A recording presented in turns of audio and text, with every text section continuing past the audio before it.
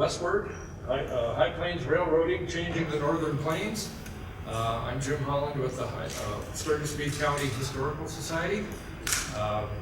Again, thank you all for coming and staying today. Rick Mills is a 5th generation resident of western South Dakota and is a lifelong railroad enthusiast.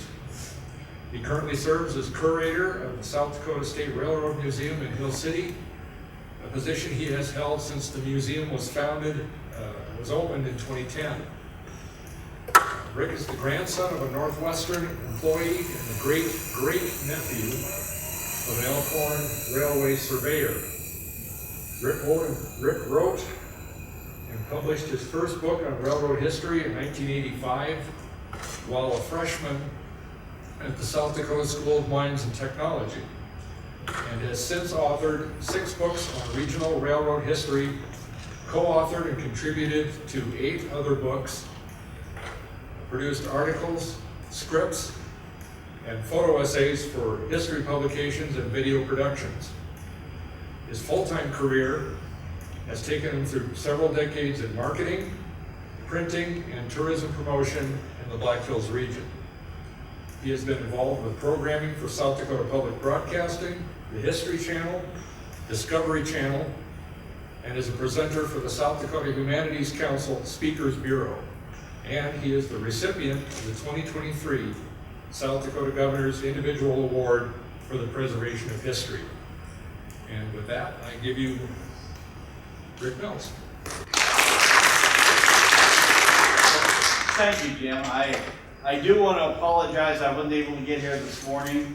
I had a memorial to go to in Hill City for probably many of you knew Bob Warder. He was an attorney, but he was also one of the owners of the 1880 train. So it's been kind of a difficult week up there, but I do appreciate your patience. And I appreciate all of the technical help we got going to get this all going. And I will hope that this will be of interest to you. We were just talking a little earlier. History is telling stories. And history is much better if you have something that you can illustrate, especially anymore when kids, of all ages, have something that they can touch and experience. Railroading is a little bit difficult because you can't always have a steam locomotive or a diesel or a passenger or freight train at your disposal. One of the things that we're very blessed with in Hill City is that we have such an exhibit outside the 1880 train that is one of the top 10 tourist railroads in the United States. It's been going for 66 years now, which is, it's the longest continuously operated tourist standard gauge railroad in the world. And a lot of folks don't appreciate that. It's phenomenal that we have that kind of an operation here in the Black Hills.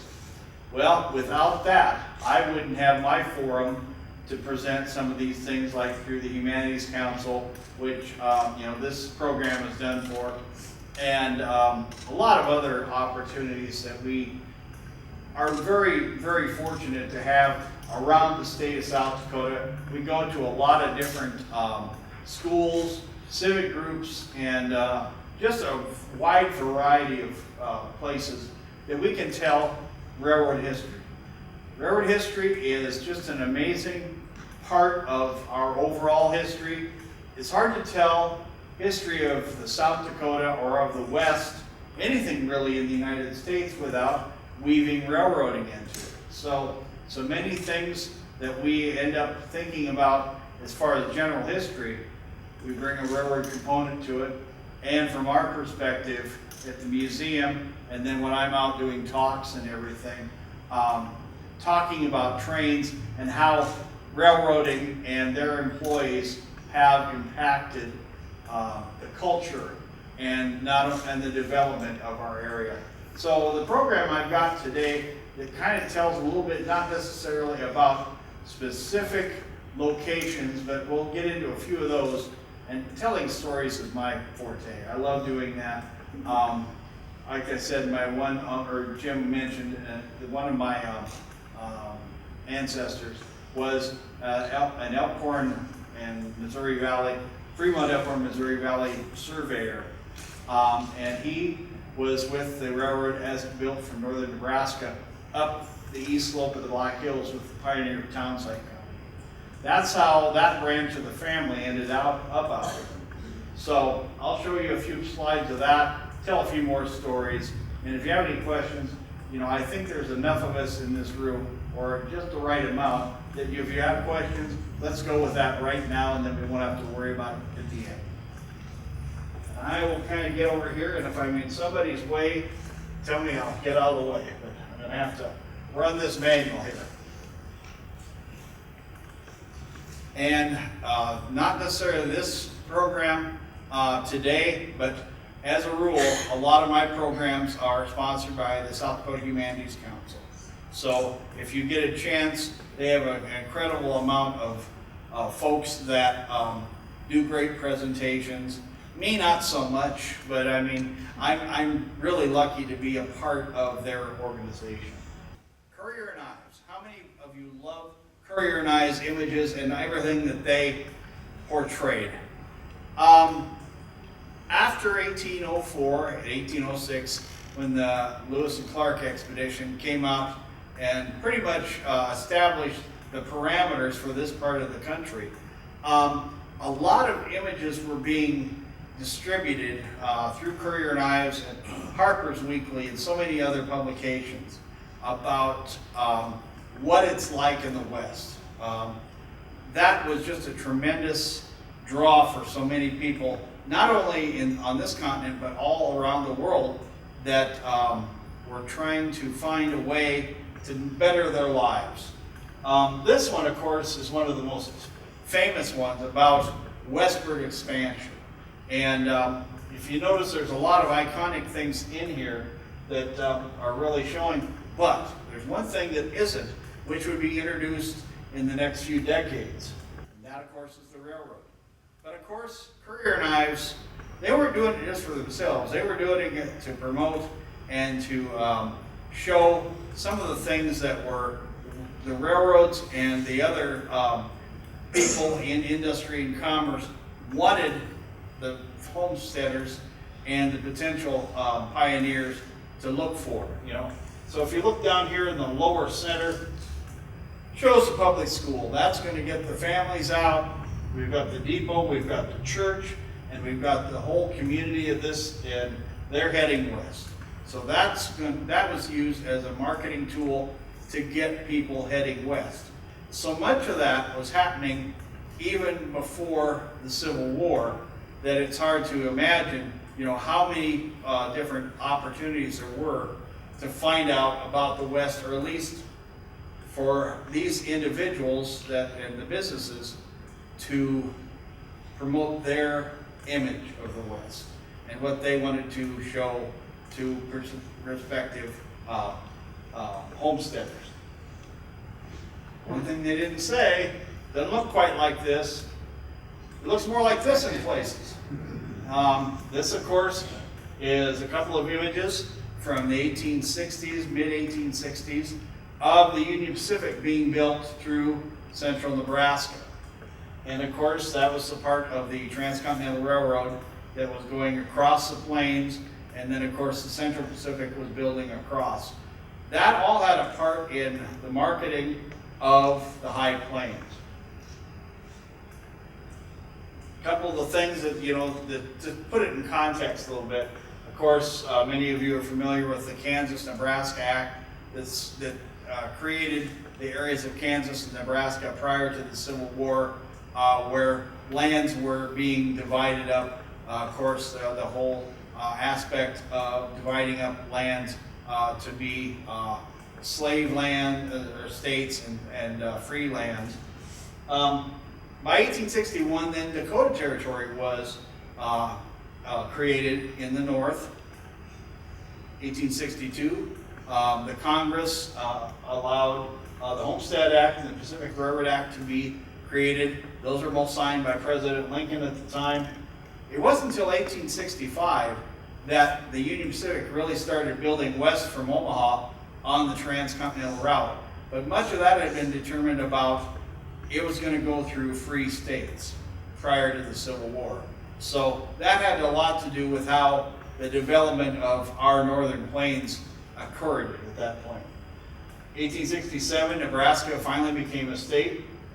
And then in 1867, many of the lines were starting to build across Iowa that would actually get as far as the Missouri River and would develop that area prior to the area here west of the Missouri River. Union Pacific was completed to Cheyenne, Dakota Territory. And that is right, because at that time, when Cheyenne was the end of line, it was still in Dakota Territory. And for, of course, 18 months, Cheyenne was in Dakota Territory. So the next time somebody says, oh, Yankton was the first railroad town in what is now South Dakota, you can say, absolutely not, it was Cheyenne. So actually, technically, it's Pine Bluffs. But a lot more people know where Cheyenne is at. And then, of course, 1868, a line was built up from Missouri Valley to Sioux City, and that was a branch of what had become the Union Pacific line. This is the area we're kind of talking about to start with, kind of the genesis of the railroading in Dakota Territory. Down around Sioux City. Sioux City's kind of in the little point there, of course, where Dakota Territory came down and the Big Sioux River met up with the Missouri. And then, of course, by then it was still Sioux City and then Fort Dakota. And Sioux Falls hadn't really developed very much at that point. One, because there was no railroad. But look what's happening in Iowa. They are just planning and getting across because their plan is to get railroads to Sioux City, to Council Bluffs, and to really tap into where the Union Pacific, the Transcontinental Railroad, had developed from Omaha west. But you notice, not really anything happening up in Dakota yet either, is there? Here's 1868, even shows it better. This is when Wyoming was, or what is now Wyoming, was still part of Dakota Territory. There were still a few trails going through there that were going out to the gold rush camps around Virginia City and in the southwest part of Montana. But it does show exactly through the center of Nebraska and through where the Union Pacific built out to Promontory Summit, where the Golden Spike was drummed in 1869. Notice anything that really wouldn't benefit South Dakota in the long run? There's kind of a hole there, isn't there? Up north, this is a kind of a simplified map of the transcontinental railroads. Clear to the far north was the Great Northern coming out of Duluth. Then the Northern Pacific through what is now North Dakota, and of course went through Fargo and Bismarck on its way out to the Pacific coast. Union Pacific down in Nebraska and Wyoming, and then of course all the southern transcontinentals. This is the way that a lot of things happened in South Dakota, why we didn't end up with a really bona fide transcontinental railroad, because all of this was done basically and planned out by the 1870s. Yep, 1869, we talked about the beginnings of the Transcontinental Railroad, push across the country. So much of that developed along that Interstate 80 corridor, which is now, but of course, the Union Pacific Transcontinental Line was the big catalyst in the center part of the country. When you look at that picture, Yep, let's go back. are we facing north so that the train on the left is the Pacific side?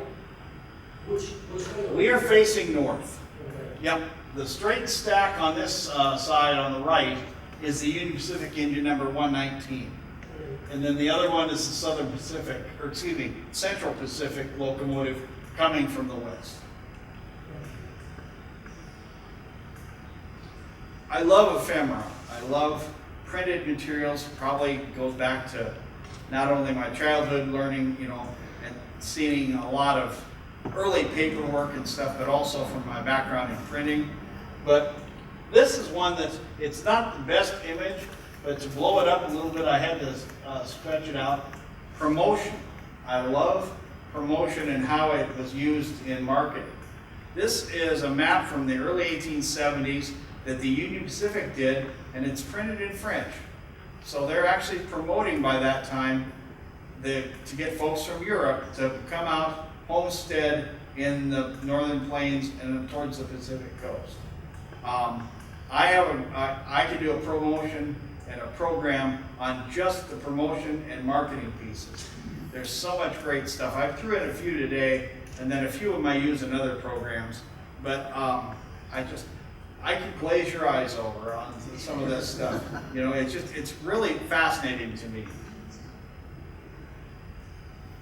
Let's go and take a quick look on this. 1869, of course, we talked about the Transcontinental being completed. The Fremont Elkhorn Missouri Valley, which would impact the Black Hills probably more than any other railroad, was started in 1869 down at Fremont, Nebraska, as a connection to the Transcontinental Railroad. 1870, that's when the Dubuque and Sioux City was completed to Sioux City. That was starting to really impact the southeastern part of Dakota Territory. 1872, the first Dakota Southern train leaves Sioux City for Dakota Territory. Why is that of any interest? Well, once the railroads got to Sioux City, that provided a jumping off point so that the railroads could start building across the Big Sioux River and into Dakota Territory. Northern Pacific was completed to Fargo, Dakota Territory. That, of course, was kind of blocking things in on the north route. There wasn't going to be a lot more development down south right away. Dakota Southern was completed to Yankton in 1873. Northern Pacific reaches Bismarck, same thing. The Panic of 1873.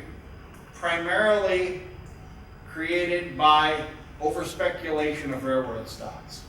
One of them was the Northern Pacific building into North Dakota, selling a lot of stocks and bonds and everything, trying to get the line built to the Pacific coast faster than anybody else. But of course, Jay Gould decided that he was just going to make a run for it, but it actually put the country into a panic, and these days they would call it a depression. When the event happened in 1874, and I know it's been debated many times, but Lieutenant Colonel Custer came into the Black Hills and basically spread the word of gold here in the Black Hills. And now, whether you believe it or not, a lot of folks in some books say they think, or some authors say, they think it was meant by the government to be a catalyst to get the country out of the Panic of 1873. Other folks say, just coincidence. You be the judge. Beautiful downtown Fargo, 1872. They're building a bridge across the Red River of the North. Well, the Red River of the North wasn't really wide, wasn't very deep there at that point. So you see that on the left-hand side, there's a steamboat that's down in the river, but they're putting the bridge across the top so that steamboats can still go up the Red River. But it was kind of interesting, some of the perspectives of some of these images that were shot in Dakota Territory in those 1870s. Let's get back to Sioux City. Sioux City was really becoming a local commerce center by the early 1870s. Why? Because the railroads had reached there, and it wasn't until 1871 that the Union Pacific got a bridge across the Missouri River between Council Bluffs and Omaha. So why were things kind of moving to the north and northeast? Because Sioux City had railroads. Now look at Yankton, approximately at the same time. Not much happening, is there? Except that one building over here, which is the territorial capital, and they were still getting all their shipments in by steamboat coming up the Missouri, but they hadn't received the railroad yet. And they were, of course, every town with any kind of ambitions wanted the railroads to come in. Once again, ephemera. There's the timetables, there's the passes, there's the brochures promoting the Dakota Southern. In 1872, they started building west from Sioux City, crossed the Big Sioux River, and on into Yankton by 1873. There, the Dakota Territory capital had a railroad connection. And by 1873, much of the steamboat traffic above, or I should say below Sioux City was not going, to Yankton, because they could get everything to Sioux City and then put it on steamboats going up from Yankton to like Fort Benton in Minnesota, or excuse me, in Montana Territory, and up the river, but it had drastically cut it down by that time. How many of you have ever been to the garden spot of Meckling, South Dakota? Oh, I am so impressed. That's probably more than, now, when I first saw this picture, I knew basically where it was at, but I asked this question, do you know what they're promoting Meckling as now? The capital of the world. The hay Capital of the universe. There, I wish I had a gift to give you. I talked about this at a convention about 3 weeks ago down in Sioux City, and most of the people from different places around the country. And when I said the hay capital of the universe, it's just like, they looked at me just blank. But South Dakota, we just love to over dramatize everything, and I thought that was so funny because everybody's like, universe, what does that mean? Well, people from Chicago, never mind. They were the ones that said, how can that be? You don't value alfalfa as much as we do. Anyway, one of those stories. I found this image. This was a glass plate negative. I found it in a collection in Mitchell, of all places. And I scanned it and reworked it and everything else, and I figured out what the locomotive was. Locomotive number 1 of the Dakota Southern, taken at Meckling, because this is the water tower and the windmill that were at Meckling, and this would have been probably in late 1873 or 1874. So unless I'm proven wrong, this is probably one of the first railroad photos taken in what is now South Dakota. A little better image. This is another image of a Dakota Southern locomotive, probably taken in the yards in Sioux City or potentially Yankton. This was the George Merchant, named for one of the board members of the Dakota Southern. This one's hard to read, but you can tell what they're thinking a lot of times with railroads. They named this one, number 4, the Black Hills. You know where they're thinking they want to go. So this is in Yankton, but it's been highly retouched. But it does indicate that they're really thinking about moving west across Dakota. Of course, this is the reason that they didn't move across Dakota for several decades, because of the Great Sioux Reservation. We won't get into the politics, tribal relations and everything else with that, but that kept the railroads moving, instead of westward in Dakota, moving north and westward. And so you saw a lot of railroads developing, going from the southeastern part, Yankton, Sioux Falls, up to Aberdeen, and that way, moving to your northeast. Talk about a garden spot. Central City, 1877. This was taken by J. Haynes, one of the photographers hired by the Northern Pacific Railroad to promote traffic from Mandan and Bismarck down to the Black Hills, to promote and get people here for the gold rush. This is his setup of photography, and he's looking down into the kind of the blacktail region just down below Central City. This was in a collection in Bismarck that I found. Ephemera, I'll talk about it again and again. The way they promoted was almost scandalous, bordering on it's just wrong in some places. But of course, you have to keep in mind, in the late 1870s, early 1880s, none of them had really seen a bad Dakota winter yet. And so, you have to cut them a little slack. But anyway, on the left-hand side, that is the Sioux City Pacific Railroad. That's how they're promoting northeastern Nebraska. And then on from there, the Fremont, Elkhorn, and Missouri Valley moved out this way.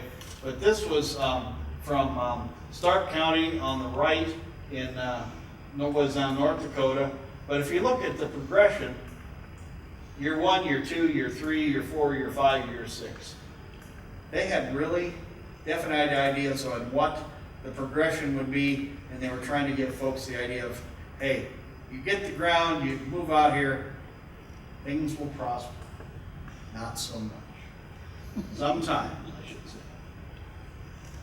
Here we have the winter of 1880-1881. This is just east of Brookings in Minnesota on the Dakota Central Railroad. They didn't quite factor that in, and the railroads actually that were out here became a lifeline for a lot of the homesteaders.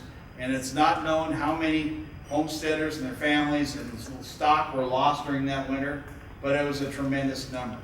And there were some shots that showed the railroads in a few months after they dug out, trying to get supplies out to the homesteaders. Once again, here's a little tighter shot of some of the land development in northeastern Iowa that was trying to get railroads coming into the southeastern part of Dakota Territory. This is coming down to orient from the what would be the northeast in Minnesota down to the Sioux City area in the far lower left.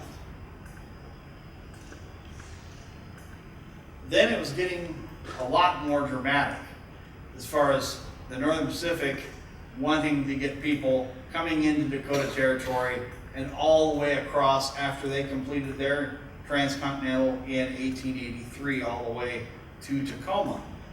But I'll tell you what, if you don't want to move and get out into Dakota or one of these other areas, I don't know what you're not reading on this. I mean, talk about the great wheat belt, the grazing, oh my gosh, in all these areas. But the ephemera was just phenomenal.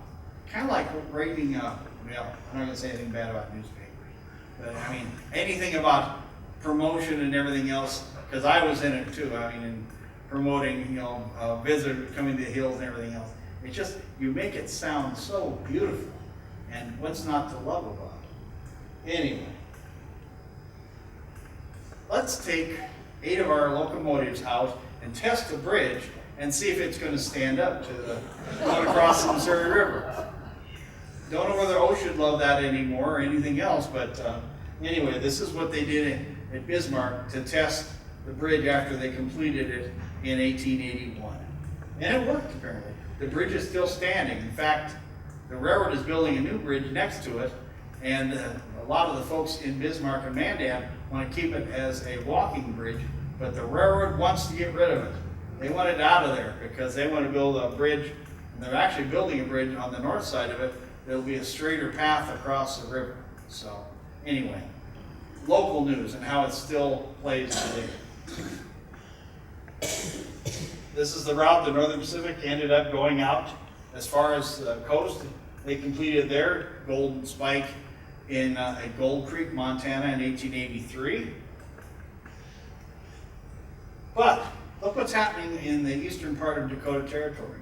We're starting to get little hubs of railroading where they're all coming in, but they're not going any further west simply because of the Missouri, lack of bridges, and the Sioux Reservation.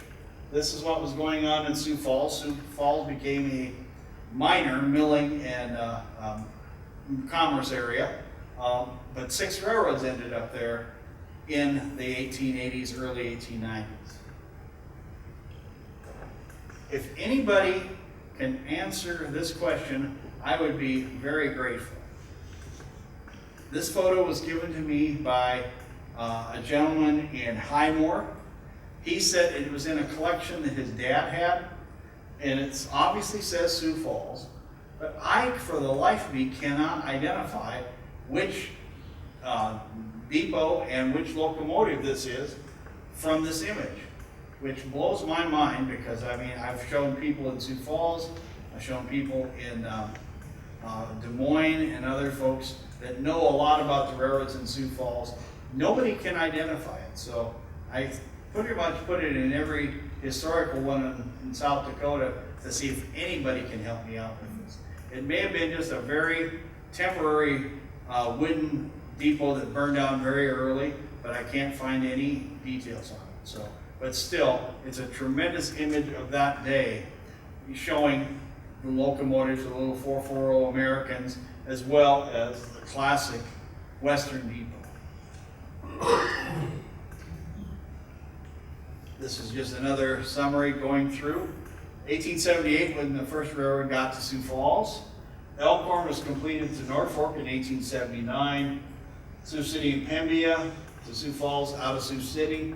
This is when a lot of the effects of the Panic of 1873 were over with, and the railroad started building again and filling in the blank spots to get all of the farmers and other commerce in some of the smaller cities going and really funneling into the railroads so they could move tonnage to like the Twin Cities where the milling was going on big time then, and also with the farming, ranching, and of course then stock and everything was starting to be taken to the stockyards in Chicago, Sioux City, and the beginnings in Sioux Falls. Dakota Central completed the pier. Milwaukee completed the Chamberlain in 1880. Rock Island's completed a Watertown. So other railroads that you wouldn't normally associate with South Dakota are coming in and tapping into some of these other little hubs, like Watertown and Aberdeen. Elkhorn completed to Rapid City in 1886. And then by 1893, the Great Northern was already starting to come in.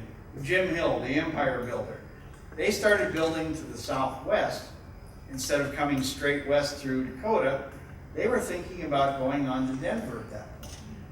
Combining that whole area and just really encompassing the whole Midwest and Northern Plains region with railroads. Picture in eastern, what is now North Dakota in the 1880s. These are all combines coming to the Bonanza farms. And of course, they were developing tremendous farming in the Red River Valley along the Northern Pacific and Great Northern. But once again, we use this to illustrate because there's so much going on to the north of us in North Dakota, but yet South Dakota, or what is now eastern South Dakota and South Dakota, the railroads just weren't developing at quite the same rate. The Great Northern and their subsidiary, or their predecessor, the St. Paul, Minneapolis, and Manitoba, this is what it was all about. Getting the farmers and their produce to market. Having a depot, having a town every 6-7 miles where they could get that revenue, that business onto the railroads. Here's a shot from about 1890. This shows the development of the Fremont, Elkhorn, and Missouri Valley. Red, of course, is the Northwestern, which had developed out to Pierre at that point. And then, of course, the Elkhorn came through northern Nebraska and up here by 1890. And of course, in 1890, the line had been developed all the way up from Whitewood to Deadwood and then also to Belle Fourche. And it was also ran through this route in this area primarily to Whitewood to serve the needs of Fort Meade as far as shipping livestock, men, and materials. But something else was starting to happen. The railroads were developing tourism in the Black Hills. They were starting to promote hot springs, like in this image, traffic to Deadwood, traffic for not only the businesses, but also for the early efforts of tourism. And that was happening in the 1890s already. And so you'll see a lot of different brochures and stuff that show excursion trains is what they called them a lot of times, or even sometimes picnic trains. They'd get them to come up for a weekend and just show them what was going on in the Black Hills and then take them back. Especially if you had a place out in the sand hills or somewhere else, that it was kind of a getaway, and the railroads were promoting that. And that was starting as early as the mid-1890s. But they were still hitting the commerce. On the left, this is the Illinois Central promoting Sioux Falls, western Minnesota, western Illinois, Iowa, and then also all these other areas. But of course, they were developing little outposts, and of course that's why you saw a town every 7 to 10 miles, not only for water for locomotives, but also for getting people and commerce to the railheads. Here's a shot of an image of Sioux City by the early 1890s. What's the one big difference you see from the previous one? Lower center, there's a bridge across the Missouri River. That allowed Sioux City to completely start developing its traffic and taking traffic away from Omaha and bringing it up to Sioux City. Sioux City at that point had some packing and some livestock sales, but by the early 1900s, Sioux City had become a major livestock market. So traffic from out in this area, northern Nebraska, the northeastern part of South Dakota by this time, were funneling a lot of their livestock down to the yards in Sioux City, all because of that one bridge. And you can see over to the lower right, that is where the packing district and the sales district began. And of course, for many years, when we went through Sioux City, that's pretty much all we smelled. So anyway, that's what happened. That one bridge made a lot of difference. And then the bridges that came down over the Big Sioux River from the eastern part of Dakota.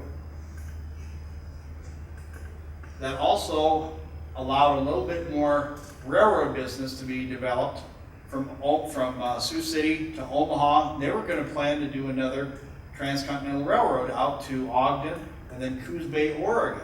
And it was called the Pacific Short Line, which would save mileage going across northern Nebraska, northern and central Nebraska. It only made it as far as O'Neill. But once again, there was a lot of speculation about where the railroads were going to be built and what was going to happen, even into the 1890s. The bridge was completed in 1888. 1900, I'll go a little farther along, the Milwaukee reached Everett. How many of you ever been to beautiful downtown Everett, South Dakota? Oh, beautiful, stumped you, that's great. About 6 miles south of what is now Mobridge. That's where the tracks stopped prior to the bridge being built across the Missouri River, the Mo Bridge, up to the west. And that was done in about another 10 years after that. Milwaukee was out there and trying to promote a line of its own going to the coast.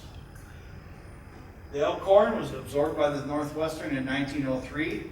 That's when the Chicago Northwestern basically took over all of the lines in the Northern Plains and it became the Northwestern. Rosebud lands opened to homesteading in 1905. That basically opened up everything south of what is now Interstate 90, around Winter, Gregory, and that whole area, and a whole new wave of homesteading started, and more railroads were built across at that point, from the Missouri River to Rapid City and the Black Hills. 1911, that's when the lines were completed on the Milwaukee from Mobridge west to the Pacific Coast. That actually gave South Dakota its only legitimate transcontinental railroad. But it was too little, and it wasn't too little, but it was too late. What also happened in that first decade or so? The Panama Canal was built. A lot of traffic started going that way, and it was boxed in between the Northern Pacific and the Great Northern. It's a fact that it fought and battled with until the 1970s. And by 1980, the Milwaukee went bankrupt. A lot because of these other competition with the other railroads. We talked about the cowboys, we talked about them getting stock, not only cattle, but sheep and horses to the different markets of Sioux City, Sioux Falls, Omaha, but also moving them for World War I, the horses out from Fort Meade and other places for the war effort. But this is what kept a lot of the traffic going out here on our lines, was the cowboys and their stock drives. Here's a great shot. I just throw this in because it shows a group of cowboys from Wyoming that have trailed cattle into the beautiful downtown area of Dewey, South Dakota, over in Custer County, just about 20 miles northwest of Edgemont. And it shows them, and you can see the caboose and the cars being loaded with their cattle behind them. Not a glamorous thing, but here's a shot of Sioux City, some of the stock cars and everything else being used there during the, and this photo was taken in 1903. So you've got some of the early Northwestern cars, also the Union Pacific, but it shows the beginnings of the stock and the livestock packing industry in Sioux City, which was so huge for, basically about 7 to 8 decades. But what it also did is the railroads legitimized living out here. It gave folks a chance to be able to travel, to do things that they wouldn't have had in a lot of situations, obviously, without the luxury of reliable transportation. This is in beautiful downtown Buffalo Gap, and the train in the background is the little mini train that ran over to Hot Springs twice a day. And these ladies obviously are getting ready to go somewhere, and but it gave them an opportunity that they wouldn't have had otherwise. Commerce, culture, travel, everything. The railroads did so much to change the way, and then in a lot of cases, to create the way that our pioneer ancestors were able to live and really flourish out in this area. And in some cases, tuck their tails between their legs and head back to where they'd come from, depending upon the circumstances. Another shot of, this is up in Deadwood in 1894, shows just kind of a neat image of a big locomotive on the left, one of the state of the art, and then the one on the right hand side was one of the narrow gauge engines that was brought in by Bull Train, and then some of the others came in by standard gauge later on. But this just shows the difference between the standard gauge locomotive on the left and the size, and on the right, a narrow gauge locomotive. The Black Hills were one of the most unique areas for railroad operations for so many years, primarily between 1890 and 1930. And there was a lot of other transitions in that era, of course, that I don't have to tell you as historians that you know about, that it just was a remarkable era. I always think that, if I ever had a chance to go back in time and do some traveling around in time travel, and I had a digital camera too, which would be good. I would love to go back to about 1900 in Deadwood, and Meade, and the Black Hills. And we just have to see what that was all about and capture some of those images. But we're lucky we have some of these that have been preserved for us. Here is coming down on the High Line branch between Inglewood and Spearfish. This is right down at the end of the Spearfish Canyon, just about where the golf course starts. And this is a train coming down, a mixed train which carries both freight as well as passengers coming down into Spearfish. This was taken about 1910. So a really remarkable era, a mixing of different types of railroading and transportation. What I've just always liked, because this shows just a small train going across the prairies and just west of Redfield, going over Turtle Creek. Of course, at that time, big river. Other developments, this is in Sioux City, 1895. Steam-powered interurban trains, similar to what was being done in Chicago at that time and other industrial areas as well as commerce areas. They wanted to do this, so they built that out from the city out to the packing plants. It actually serves as an interurban line where the workers in town could go out to the areas where they were working, I'm trying to remember, not the soup packing yard, but anyway, Armour and Swift, Swift. But anyway, there were 4 different major packers as well as the stockyards in Sioux City. Is there a locomotive on that train? Yes, right there by the depot. It's Does a little. Does it have a boiler? It does. It's just a little, like a little. I call them tea kettles. I mean, it's just not much bigger than that, but it was just enough to pull a couple cars with some people in them. They weren't designed for heavy freight or anything. But then later on, then this whole line was electrified, and that, of course, made it a lot more reliable. 2 of my favorite panoramics. Top one is, of course, the 3 tiers in Meade. We've all seen various different versions of that. The bottom one, not so much. Anybody want to venture a guess on where the bottom one is? Well, let me see if I've got it in my pocket. Yeah. A friend of mine gave me a little keychain. It's called Train. It's got Train Nerd on it. Well, that's me. Probably one of the biggest nerds around as far as trains. I was looking through eBay probably 15 years ago, and it said, small town, South Dakota, and it just had, nothing about railroad or anything else. So I thought, I'll just look at this. I looked at that silly thing, and guess what I saw? I saw the building on the right. There was the city's schoolhouse at the time, which is now the Hermosa Museum.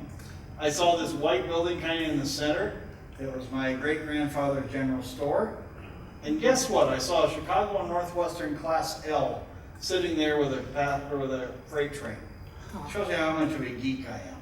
So I mean, anyway, it was fun to actually find that. That's probably one of the quickest times I've ever spent $10. It just was really fun, but it shows so many different things about how so many of our hometowns and so many just small places that don't even exist anymore developed because of the railroads. Images of families and the only time you really saw too many pictures taken of trains in certain eras were at the time of a special event in town. I don't know what the event was here, but there was a lot of people getting out. How many of you have ever been to White Rock, South Dakota? Oh, that's great. I like stumping the band. White Rock is in the far, far northeastern part of South Dakota. It's the only town on the line between Ortonville and Fargo that actually is in South Dakota on this side of the Red River. But this was a Milwaukee Road train.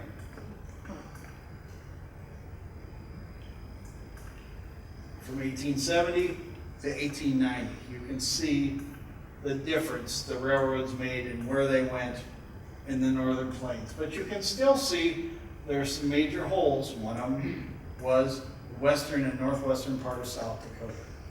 That had a lot to do with how the Black Hills developed, how the states around us developed, and where the railroads were created and built.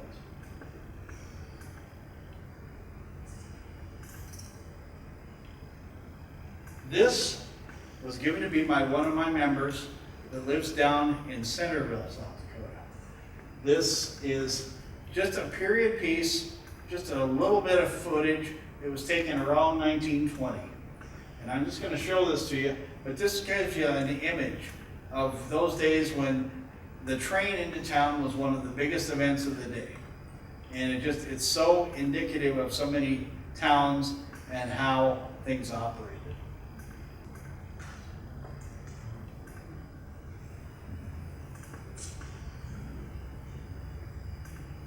Now, would you let your kids and their horses get that close to a train these days? Probably not. But hey.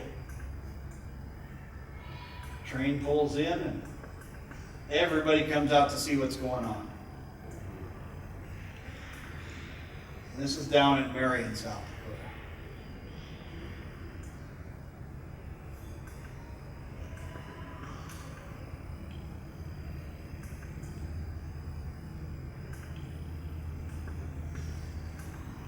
And there she goes.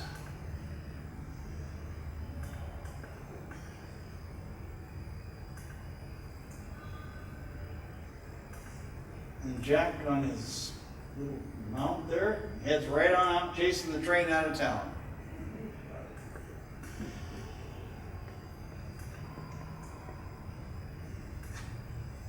Capturing eras, telling stories. That's what we're all about. History organizations, museums, amateur historians, as we all are. It's fun, yes. Any information on the passenger train that went from Sturgis to Rapid? What era? Whitewood. I'm not sure, but 1910, 1920? At that time, there would have been 3 trains a day that were passenger trains between one from Deadwood, one from Bell, and then one that came up from Rapid City. And then, of course, would have all been steam at that point. That would have been prior to the interurban car, or not interurban, but the what they called gas electrics before. A lot of folks called them doodle bugs. And that was later in the 1920s, 1930s. They started using those, where it was just one car. That's when it was a gas electric, and they had the mail section as well as a baggage section, and then a coach section, all in one, and it looked like a passenger car. At the front, there was usually a 600 horsepower motor, and that's where the controller, or the engineer, fireman, and then a brakeman were up front. Then inside the car, that would have been a mail clerk, and then a baggage man, and then, of course, the conductor would be in the back. And so how many years do you think, or an estimate of how many years there was passenger service through Sturgis? That's easy. 1890, when they started the line, let me go back. 1887, when the line was completed to Whitewood, and then 1947 was the last passenger train through Sturgis. Okay. Yeah. On this computer board you mentioned, was it gasoline engine running the generator? Yes. Which then drove the wheel? Then drove the traction motor underneath. Yeah. You mentioned the first railroad to Deadwood was from Whitewood? Yes. From the outside world, let's put it that way. The first railroad in Deadwood was in 1888 when they started the Deadwood Central that ran up through Pluma and up to Meade. Why did the train not connect with Crook City? Well, my understanding is people in Crook City moved to Whitewood because they didn't have the railroad. What's that all about? The majority of Crook City, and correct me if I'm wrong, this is your area of expertise, but my understanding is Crook City moved everybody over pretty much in 1887 when the railroad got there, because they didn't think it was ever going to go to Crook City. And then in 1890, the Northwestern decided to go ahead and extend the branch line up to Deadwood, but it kind of skirted the edge of what had been Crook City, because they ended up going a little bit differently because they had to put in that tunnel and then get up the canyon that way. So it was kind of a combination of things. Yeah. The trip between Sturgis and Rapid City, how long a journey was that in the 1930s and 40s? You would be averaging probably between 30 and 40 miles an hour. So probably under an hour, but then you have to factor in, they'd be stopping at Tilford, they'd be stopping at Piedmont, and then also be stopping at Blackhawk. So probably, I would say, an hour and a half maybe. And fare would be how much? That just stumped me on. I'm not exactly sure. I'd have to go back and check on the timetables and everything. There were two different types of timetables. One was the public timetable that was issued to the public and then would have rates in it. But then there was also the employee timetable, which showed where there had to be slow orders, if there was like a place in the track that had just had maintenance done on it or whatever. So, and just guessing, I would say probably a trip to Rapid would have probably been between 30 and 45 cents, somewhere in there. Yeah, depending on that era. Yeah, and it depends on whether you're, and it's funny because even then, there still would have been first class and a second class. So I mean, if you wanted to sit up there, you know, in first class, which I know it sounds kind of strange, but yeah, there was still, and up until basically the Depression, there was a first class train that came all the way from Chicago to Deadwood that had Pullman sleepers and everything else on it. And then the second class train that would have been from Chadron and Rapid City up to Whitewood and Deadwood, and then sometimes you'd have to change trains. That wouldn't be as much of a rate. Yeah, it'd be a little bit less. But yeah, it just depends on the year and the type of service. You talked about having towns every 6 miles or so. And also, how did the railroads secure the right of way? Did they get land grants and to build the railroad? A lot of the railroads did get land grants, especially before 1870 or so. The weird thing about it in Dakota Territory, if you divide the states, you know, north and south now, in North Dakota, nearly 25% of the whole area of North Dakota was a land grant. In South Dakota, there was 1 mile of land grants, and that was over there between just east of Watertown, if you know where Gary is at. That line coming in from Tracy, Minnesota. That was the only land grant that actually happened in South Dakota. Now, there were other easements and things through different areas, but as far as traditional land grants, that's the only thing. Yeah. I remember Nebraska, and I think there were a lot more coming. Oh, along Union Pacific, you talk about graft and corruption. Nebraska kind of perfected it. The Union Pacific, those guys, I mean, you talk about the robber barons and everything else. If you read about the Ames brothers and some of these other folks that were developers of the Union Pacific, oh, to another level. I mean, they would probably make Donald Trump look nasty today. Or, I mean, probably look him, he'd probably blush, let's put it that way. But I mean, they did some incredible things. It's just really amazing. Yeah. On the locomotives, do they keep the fire going all the time, even when they don't run? As a rule, they usually try to keep it somewhat hot.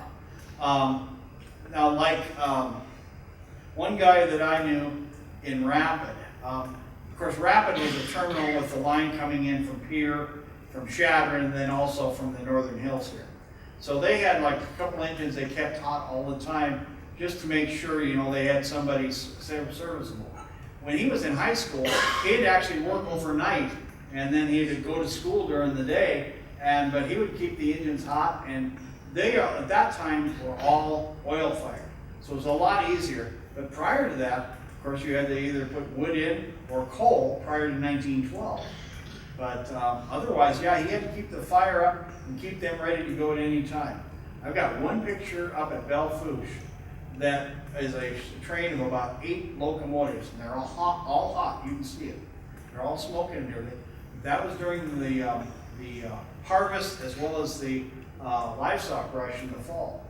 They kept those engines in hot and on the line, so when a train was ready to go, they had to get that train to market or to the stockyards within 36 hours.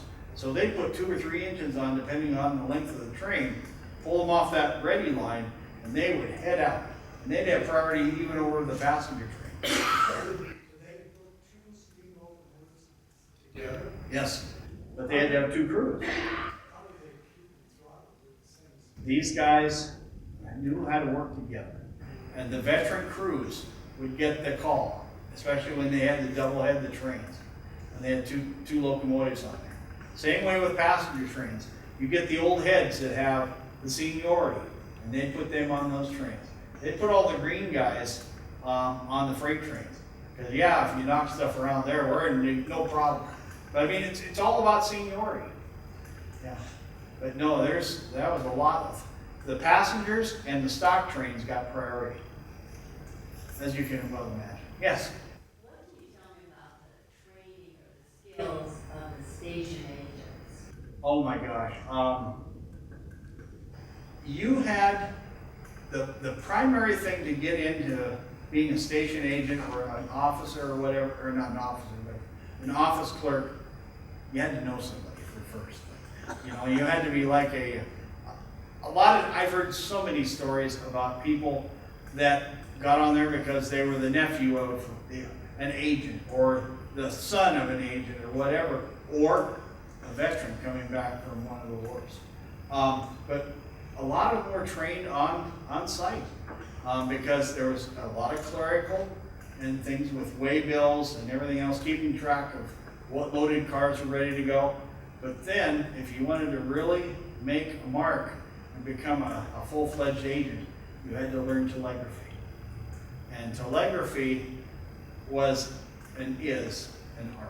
There's just no doubt about it. I knew one gentleman that actually grew up down in Hermosa, but later in life I got to know him more. He was a friend of my dad's.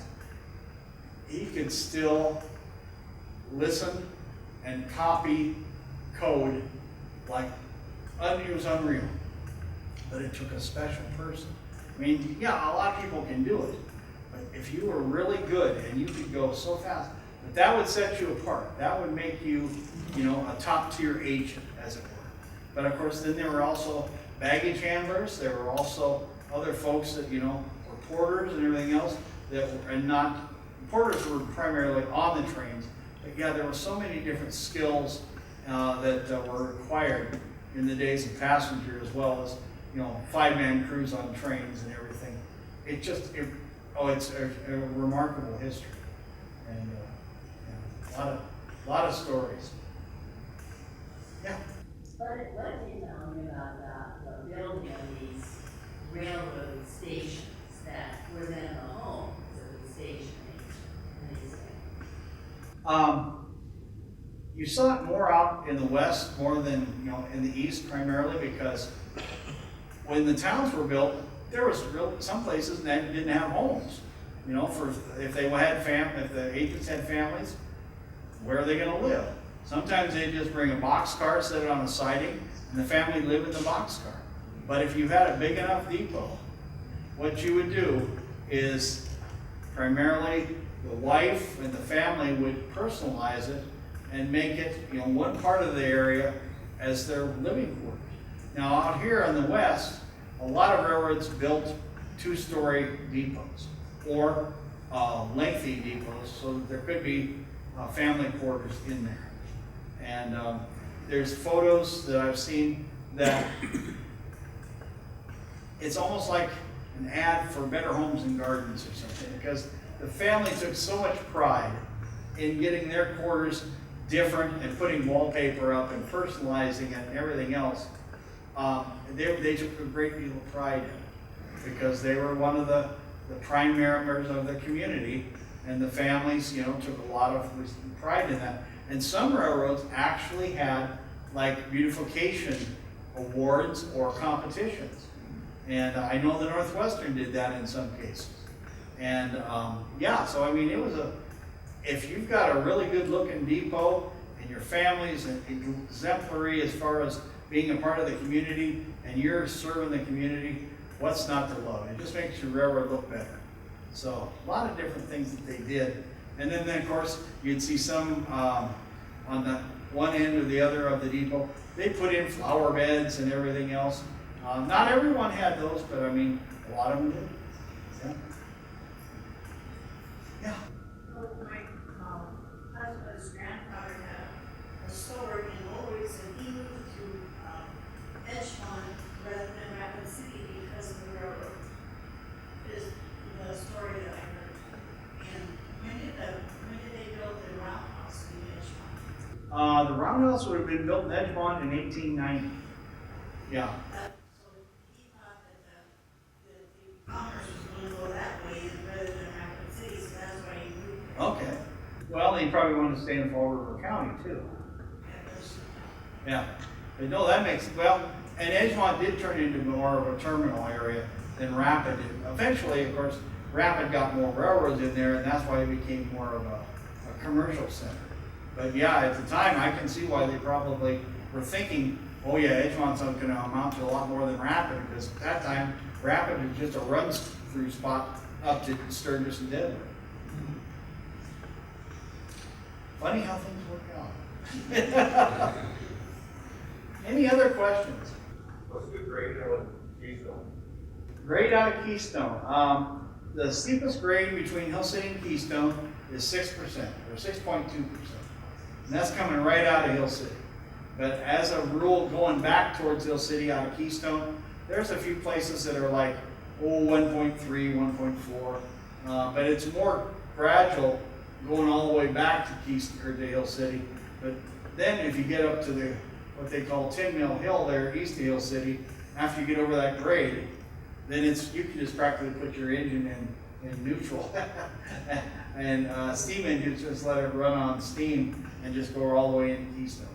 What about the grade on Spearfish Canyon? Spearfish Canyon, I've only seen a couple of grade profiles on that, but the steepest was up around Elmore, where they made the horseshoe curve and then started up the east side of the canyon. And a lot of those places were in the neighborhood of 3.5%. Yeah, up over the Twin Bridges and stuff. What about the flying from Whitewood? Whitewood to Rapid, there's a lot of 1.2, 1.4. I think the steepest, it's right down here by Tilford. I think there's 1.4 in there. Yeah, coming up on either side. Up here. What's that? It's steeper down there than up here. Yeah. I'd have to double check that, but I think that one engineer said that pulling the hill there at Tilford's probably the worst. But he said the great thing about it is there's mostly empties coming this way, especially with vent night. And they can just let it coast a little bit going down this way. Because generally it is a low or a descending grade going into Rapid. When did they switch from steam to diesel locomotives? Out here, they started in about 47, and they were completely dieselized by 57. The last steamer they had in Belfouche running as a switch engine was in 58, and they ran it to Chadron in 58, and then about, I think it was July of 58, that's when the Northwestern gave that engine to the 1880 train in Hill City. They ran it all the way to Crawford, then they ran it under steam all the way to Hill City. And they had a ceremony that day when they got it to Hill City. They had a little narrow gauge steam engine that had come from Alaska that they ran on most of the trips. But they had the two of them sitting nose to nose right there in the yard in Hill City. And Joe Foss was the governor, and he pounded the spike that they had painted gold right there in the yard. And I've actually got movie footage of that in the museum. And that's when the last steamer, that was the last steam engine that ever ran on the Chicago Northwestern system anywhere. Now the Burlington, they quit running diesels up to Deadwood in, last one they ran was in 55. And that was running on a weed sprayer extra. Anything get done with Kevin Costner's plan to do like a tourist train from Rapid City to Whitewood and up to Deadwood? I know the resort never really went anywhere. Yeah. Did any kind of development, early development start on that? Yeah, and Jim's question was about Kevin Costner's plan to run the train to Deadwood. I was lucky because I got to meet Costner one time because he had seen one of my books on the High Line with all the big trestles and stuff, and that's what he had in his mind. He wanted to put in wooden trestles and everything else to get up to the top where the Dunbar Resort was going to be. And so it was kind of interesting, but he was just a little bit uneducated about what actually could be done with railroading, and nothing ever has happened. They did a lot of planning, but honestly, I think what sunk it was the economy kind of slid in like 95, 96, and a lot of the foreign money that was potentially going to come into the project just kind of dried up. And, I think Austin had a couple of real films for movies at that time too. can you say Waterworld? Yeah. Yeah. His image didn't really work out as well as he thought, but I got to know the one guy, one of his consultants from Wisconsin, and it wasn't for lack of trying, but one of the property owners told me later on, he said, you know, I would have probably rolled over and signed on the dotted line if he or one of his lawyers would have come and sat down and had coffee with me and said, this is what we'd like to do, instead of sending lawyers in as attack dogs. So, you know how that goes. Well, you've seen the writing on the wall. Anyway, you catch. Anyway, I can probably get a job done sitting with you with a cup of coffee rather than sending my lawyer in. Anyway, it's called South Dakota Hospitality. Yeah. Anyway, any other questions? Well, thank you so much for sticking around. And I invite you to come down if you haven't been down to Hill City to see the museum. Come down and see us.